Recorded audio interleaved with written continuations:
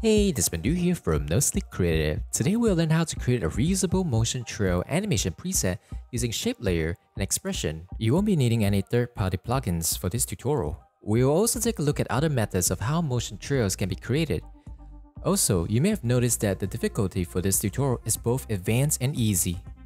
That's because in this tutorial, I cover the expression writing and animation preset building for those who are expression savvy and want to learn more about how everything works. If you're just looking for the animation preset and how to use it for your project, just head on over to the back of this video. I realized that the complexity or difficulty of writing expression should never be a barrier to anyone's creative process, hence this tutorial is both advanced and easy. Anyway, I hope you love the show today. Before we get into the tutorial, let's take a look at where do we see this motion trail aesthetic being used.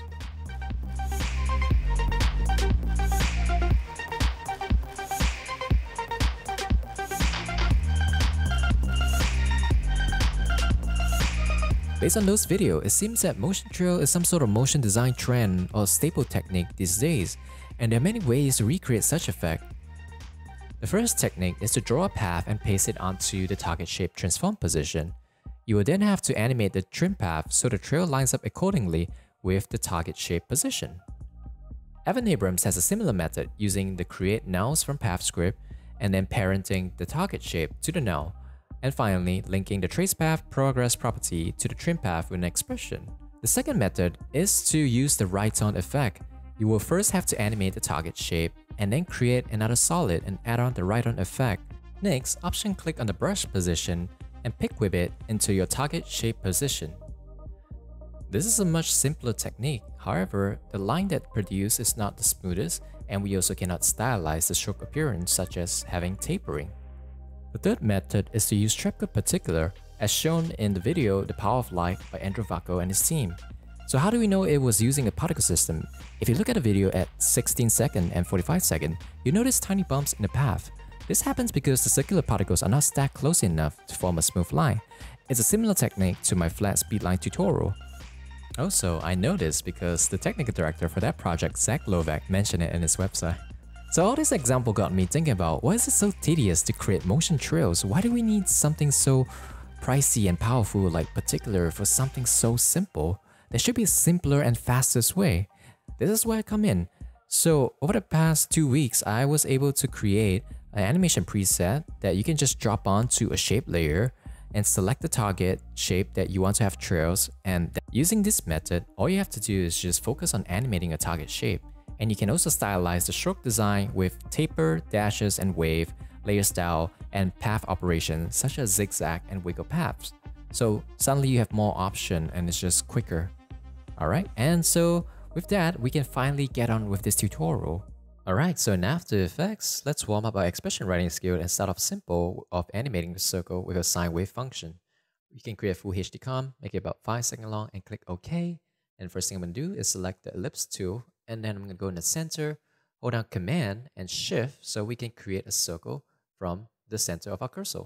Alright, so I'm going to make it about that size. Actually, it should be smaller. I'm going to change the color first, and then go down to scale, make it about 25%, like that. Okay, and we're going to go into the position, and then we're going to select the position property, right click, separate dimension, and we're going to animate the Y position starting from the bottom, right? And I'm going to just use my selection tool, move it down to the bottom, and move my keyframe to 0. And after about 2.5 seconds, I can move it up, all the way up. As for the X position, we're going to write our expression in. But before we do that, we need some slider controls. So I'm going to drop in a slider control. And then let's name the first one Wave Speed. And hit Command D. And then create another one, slider control called Wave High. And we need one more. And instead of slide control, we can use angle control to offset the wave function. Right? So we're going to call this Phase. And finally, we can start writing our expression. So I'm just going to create more space over here.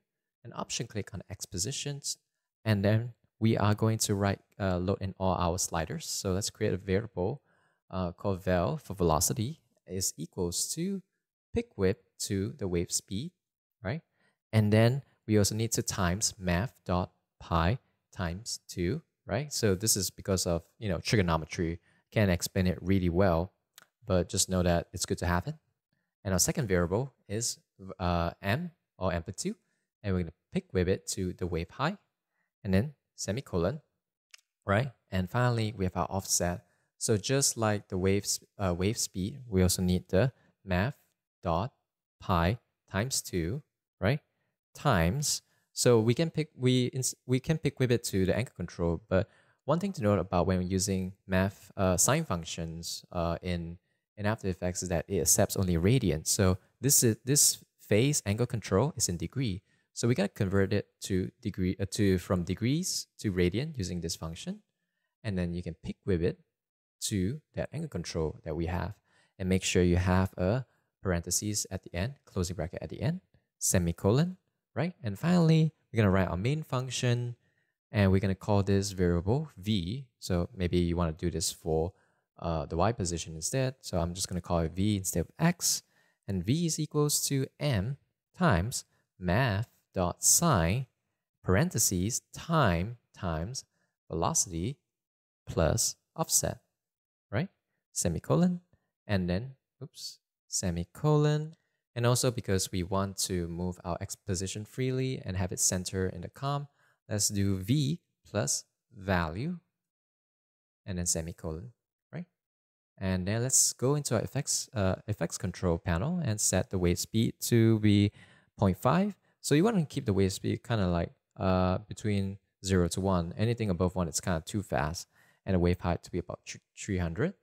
And then if we were to play the animation now, right, you can see it's going in a sine wave function.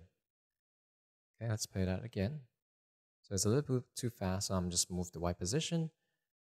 And if you want it to be less wavy, all you have to do is just reduce the wave height. So maybe 100. And then if you want it to be slower, right, you can put it, you can reduce this by half of the wave speed. And if you want it to be really fast, you can, like I said, increase it above 1. Usually anything below 1 is enough. All right, so that's how you animate this shape layer, with the sine wave function. And now we can get into creating the motion trails. And before I get into it, there's a lot of explanation I need to do. So for those who are new to expression, I want to mention that it is possible to generate shapes and lines using expressions as demonstrated in my Cyberpunk lines tutorial. So how does this expression work?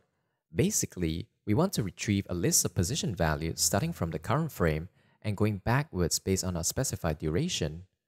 Right? So if we were to, as this shape is moving, we're grabbing all the values, and the list or array of values, which we will call points, will be used as point coordinates in the create path expression.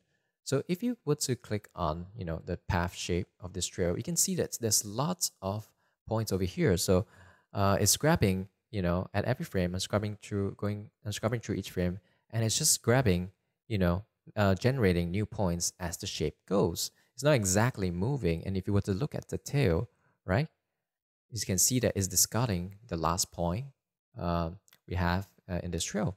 So, but then, when you're generating points, all these points at every single frame, it looks like it is moving, but that's not what's going on. All right, and if that's a little bit too hard to understand, I have a text layer over here that kind of put things into perspective. So in this text layer, I retrieve the position coordinates of the moving shape layer, this yellow shape layer, and for about 10 points. There's actually about 50 points for this trail length over here, but it's kind of too long, and I just want you guys to focus on the first 10 points to see what's going on. And this time code over here is the current frame number, right? So notice that, all right, the first point is grabbing from frame 88. I'm going to scrub down, right, one frame at a time. And it's basically, like I mentioned earlier, it's this generating new points, right, based on the current frame and going backwards like that. Okay, so this is the expression that we need to write. Okay, and it's not as difficult as you think, right? So let's go back into our demo composition over here, and I'm going to rename this shape layer. Let's call this just S for now. I'm going to make more space. So next, select the pen tool, and then without anything selected, click anywhere on the composition, and we can create a shape layer with a path. So if you press UU, we can quickly access the path property, and let's call this trails, right? And we can call this and make this label green. And we're going to need some layer controls before we get into the expression writing. So we are going to need, first of all, a layer control. So this layer control allows us to specify which target shape we want to have the trails on. Okay. And after that, we want to add in a slider control for the trail length. So let's rename this slider control to be trail length. Let's set it about 30 for now. And we can find, then now we can write the expression. Option click on the path position, right? Gonna make even more space right here. So when writing intricate expressions like this, you can approach it by writing down the steps first, then slowly figuring out how to code each part. So let's see. So we can begin off with maybe step 1 is the setup. So just getting all our variables and loading in our sliders. And then step 2, we want to calculate the trail length in frame numbers. So and then after that, our main function is to generate the points, gen points from current time. And then finally, create the shape using the points. Okay, and so let's begin. So in the first setup, what we want to do is just grab our layer control. So let's create a variable called L and just pick with it to our effects. And then semicolon, second variable is the trail length. I'm going to call this dir for duration. And then just pick with it to trail length, semicolon. And then I'm going to create an empty array called PTS, short form for points. And then this array will be used to store the point coordinates. So we got to declare it at the start, right? And now we need to kind of figure out like what is the frame number, what's the current for the current time.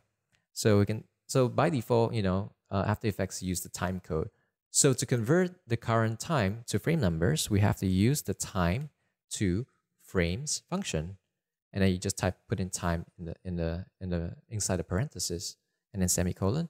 Make sure, just note that it is case sensitive. Make sure you type the function correctly. And then after that, we can finally figure out the trail length, right? By typing in current frame minus the duration. Okay. And now for the main function, we can use a for loop statement. So we're going to start off at the current frame. So I is equals to current frame. And since we're working backwards, right, we are going to use I is more than trail length, semicolon, I minus minus. So it's going to start off at, let's just say, frame 106, and then it's going to go backwards until you reach a certain threshold, and then it stops, right? Usually we use for loop statement, we increment it instead, but this time we're going backwards. So just keep that in mind. So curly bracket, and then we're going to type in, and now we need to convert the frames into time, right, for After Effects to read it. So let's type in frames to time and drop in the I integer that we made.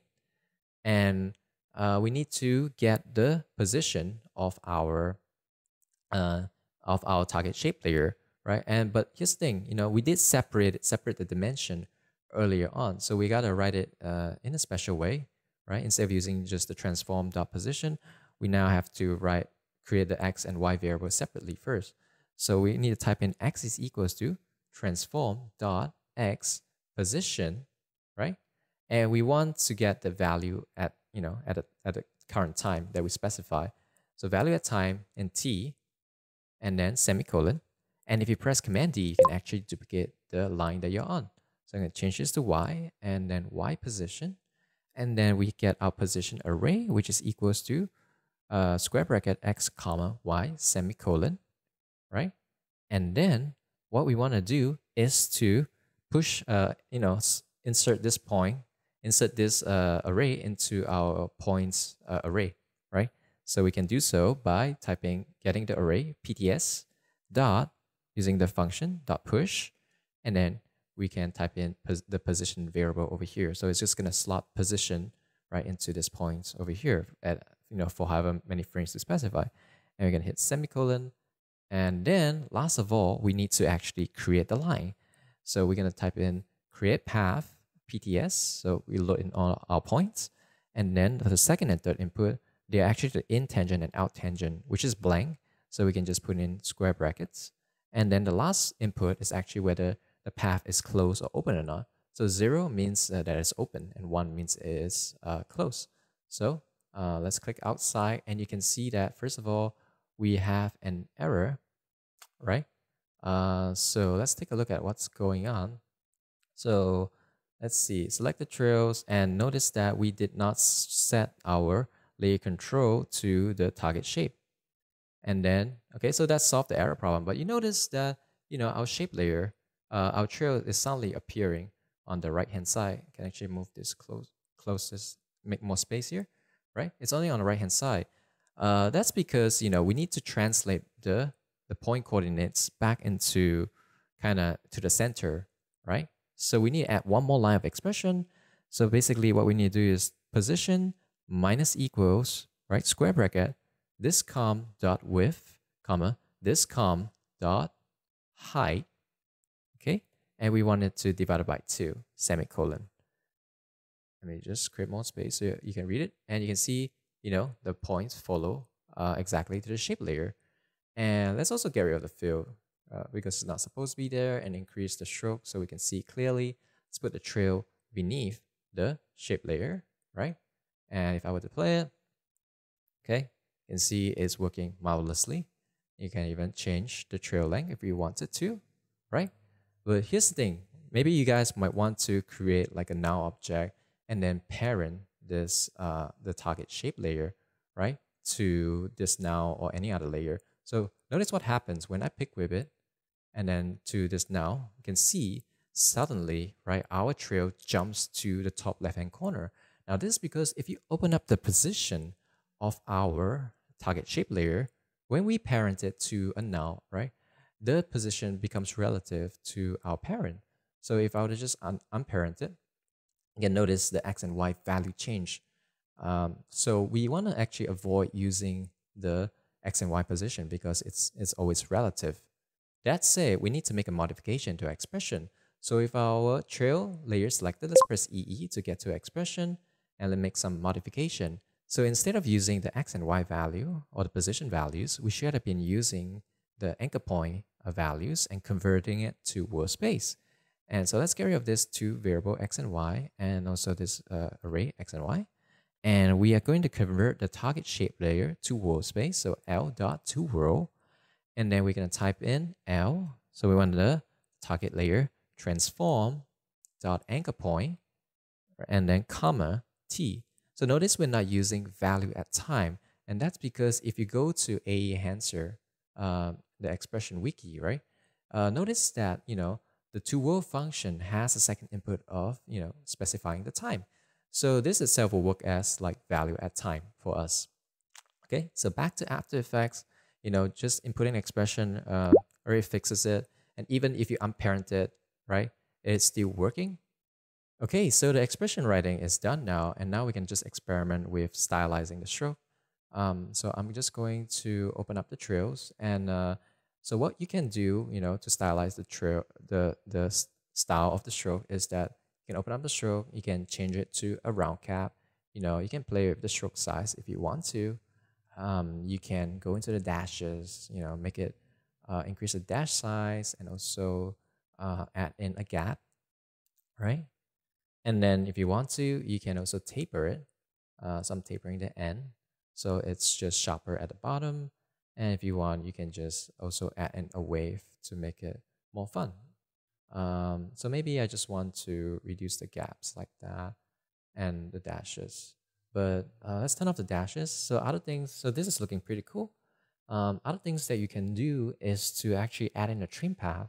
So maybe you don't want really the path to start to not touch the ball at the circle at the start. So you can use the trim path and just shift the start value, just to stylize the design. And you can also add in a twist function, just to give it, make it less uniform, right? This is also how I used to create like multiple strokes coming from one target shape. Okay, to show you what I mean. First of all, let me just get rid of the trim path as well as the taper and the waves and reduce the stroke size down to about 10, right? So I'm going to duplicate this shit and also get rid of the twist. I'm going to duplicate this shape layer, this trail layer, right? And go into the content and then select the shape group and just drop in a twist. Okay, so let me just reduce the stroke size down to 1. And maybe I can reduce the opacity of the first one down. So we get 2 paths into play it now, right? Just by using that twist path operation, we get 2 trails coming from the target shape. So another thing to iterate is that we are able to use the layer control to change the target shape layer. So if you want, you can duplicate the shape layer that we made earlier on, and notice that we did create a face and control. We can just scrub it to, let's say, 135. Let me change the color to something blue so we can see it clearly. Maybe increase the wave height to be about 400, and we can go to our trail number 2 and just specify our shape layer as 2 over here, and you can see it just attaches itself like that very easily. And if needed, you can change the trail length or even animate the trail length as you please, right?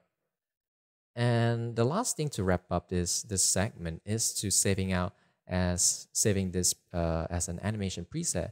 We don't always want to be recreating the same thing over and over again. It's very time consuming, and it's definitely very difficult for those who are not very good at expression.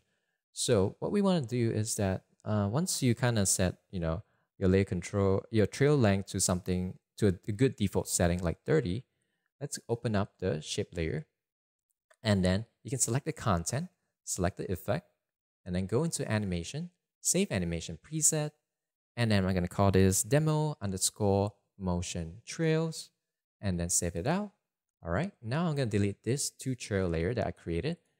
Next, I'm going to create new shape layer, and then so this is just an empty shape layer. I'm going to go into animation, apply animation preset, and then select that demo motion trail FFX I created. If you drop it on, right, you can see that the motion trails appear. And if I were to press like EE, right, you can see that all expression has been inputted into this shape layer as well as my effects control. So this is something that you can send to your teammates or your friends and just reuse over and over again. So that's it for the motion trail animation preset building. Now for those who want to use my preset, you can download it off my Gumroad in the link in the description below. So over here, I have in my project panel, right, I am going to show you how to use my preset over here. Okay, I'm going to switch my workspace so you can see it clearly. And essentially, it's kind of a repeat of what I did earlier on. So you want to right click, new, shape layer, and then go into animation, apply animation preset, and the Gumroad FFX I provided is called NSC Motion Trails version 1. Double click on it, and then you can see that I have my effects control loaded, and you can select the shape that you want. So I'm going to select maybe S1, and make sure you put the trails behind the target shape layer.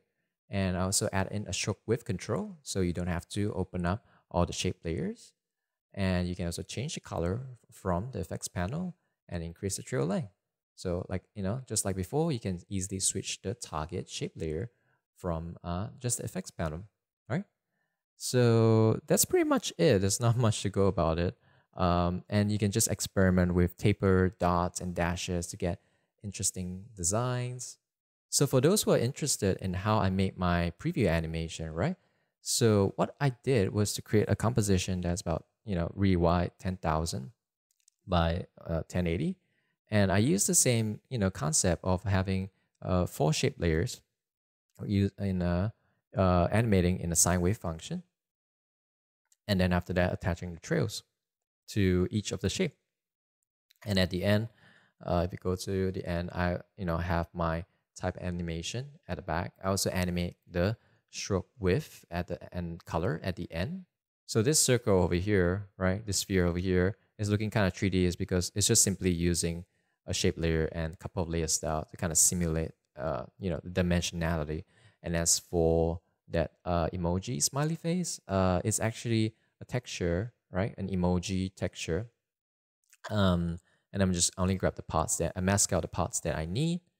And then after that, I use a CC sphere to kind of rotate it accordingly, right? When it's time to review the face.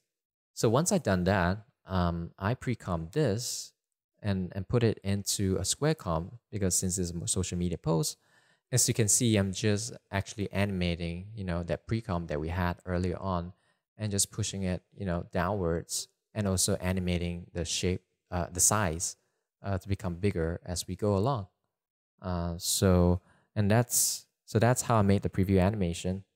If you guys want a part 2 tutorial on how I made the preview animation, I will get to it if this tutorial Instagram post gets over 750 likes. I did not want this tutorial to be too long, and I wanted everyone's opinion on whether this is something I should spend more time on. But other than that, thank you for watching this video. Please like, share, subscribe so this tutorial can get to more people. As always, if you made something with this tutorial, please tag me on Instagram at @ddesmonddo, because I love to see what you came up with on your own. Also, do check out my Master Study After Effects tutorial playlist if you haven't already. Alright, that's all I have for you guys. I'll see you next time.